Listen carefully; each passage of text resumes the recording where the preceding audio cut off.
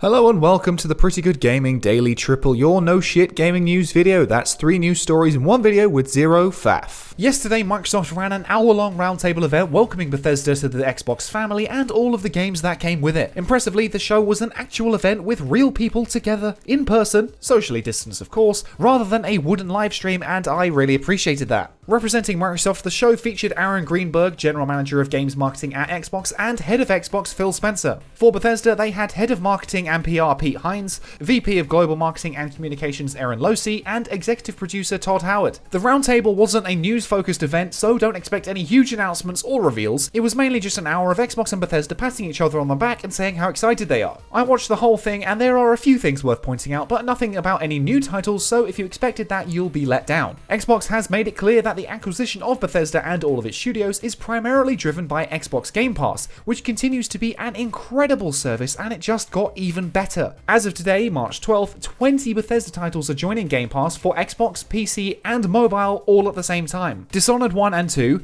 Doom 1, 2, 3, 64, and Eternal, Fallout New Vegas, Fallout 4, and Fallout 76, Prey, Rage 2, The Elder Scrolls Morrowind, Oblivion, Skyrim, and Elder Scrolls Online, The Evil Within, Wolfenstein The New Order, The Old Blood, and Youngblood. Currently, Game Pass costs £8 per month for the base version, which is an insane price for all of those games and even more that are available. After a quick look through the Microsoft Store page, the total for all of these games individually is £352.80.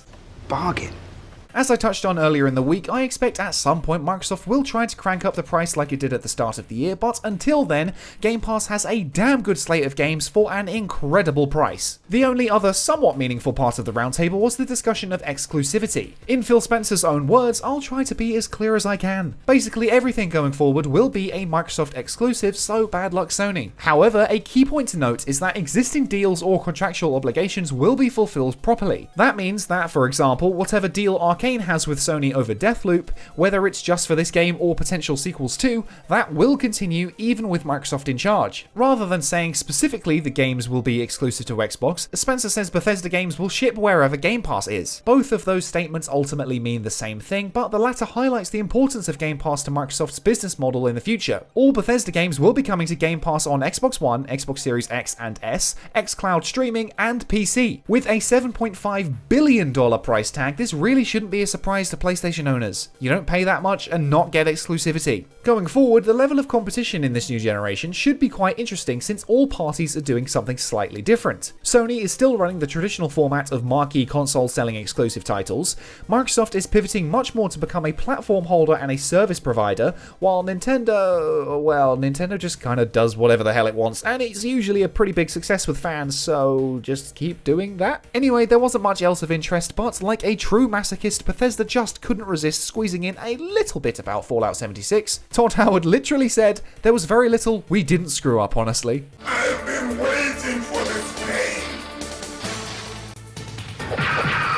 Hurt me more. Beyond that, there's not much else to talk about, and it was just a PR event to celebrate the partnership and show off all the new studios. Still, it's about the only interesting thing happening this week, so I'm not going to complain. And next up, while this week has been slower than an Anthem load screen, the industry has seen a bit of a boom in sales through February. 14.7 million PC and console games were sold through February, which is over 68% higher than last year. Digital continues to lead the way with 9.4 million in-game sales compared with 5.25 in physical. That isn't to say that physical is entirely dead yet, as it saw a 26% increase over last year, while digital enjoyed a 24% rise. In terms of the games themselves, Super Mario 3D World Bowser's Fury has been the best-selling game by a decent margin. It managed to top the charts with just its physical sales, so when digital gets included too, it will be seriously impressive. What makes that even more remarkable is that it's not even technically a new game. It originally came out on the ill-fated Wii U back in 2013 and saw success at the time among fans. However, this release on the Nintendo Switch comes with additional content in the form of Bowser's Fury,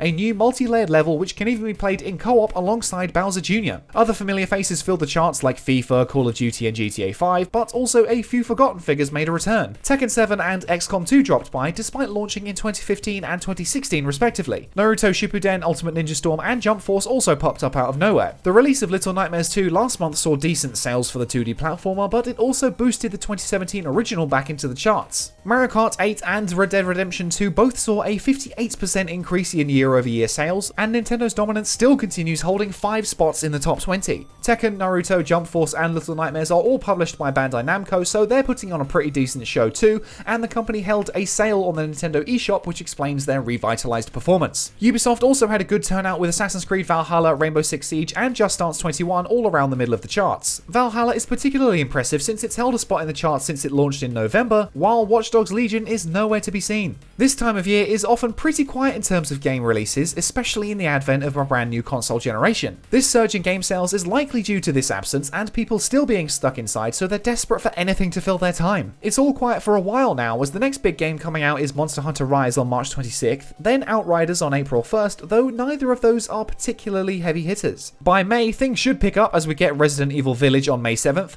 Mass Effect Legendary Edition on May 14th, and my personal highlight, Deathloop, on May 21st. Supposedly, Biomutant is also set to launch in May on the 25th, but we've heard nothing from them in such a long time, so I doubt the small 20-person dev team is going to be able to make that date. Still, I'm super excited for that one, and as of right now, Horizon Forbidden West and God of War Ragnarok are still due out this year, so we could end up having a busier winter. Assuming neither of those get delayed. He's not gonna make it! He's gonna make it! And finally, I've been trying to rope my girlfriend into playing Streets of Rage 4 with me for weeks, but now I think I might have more luck with this one. Coming from the same publisher, we have a new Teenage Mutant Ninja Turtles game in the classic retro style of arcade brawlers. Teenage Mutant Ninja Turtles Shredder's Revenge is every bit of nostalgia any 90s kid ever needed, complete with classic villains like Bebop and Rocksteady, and of course Shredder himself, and that incomparable theme tune. Fun fact, here in the UK, they were actually called Teenage Mutant Hero Turtles because ninjas and nunchucks were considered too violent. I mean, I grew up watching The Terminator and Predator, so a few cartoon turtles wasn't exactly going to do any damage to my psyche that wasn't already done. Obviously, growing up as such an edgy little kid, my favourite was always Raphael. The trailer starts with gorgeous animation before showing off some colourful pixel art gameplay of the 4 iconic turtles with their unique weapons. The game is in development with Tribute Games for PC and consoles, and while it does currently have a Steam page, there is no word on a release date or price yet. I sent my girlfriend a link to the trailer while writing this, and this was her reply, so I think I might be in there, boys. And that's it for today. If you enjoyed this no shit format, go ahead and give the video a like to give it a boost, hit subscribe and the bell if you want to stay up to date on all future installments, toss a coin to your YouTuber over at patreon.com/prettygoodgaming. That's all for today. I've been Henry Cooper. Bye for now.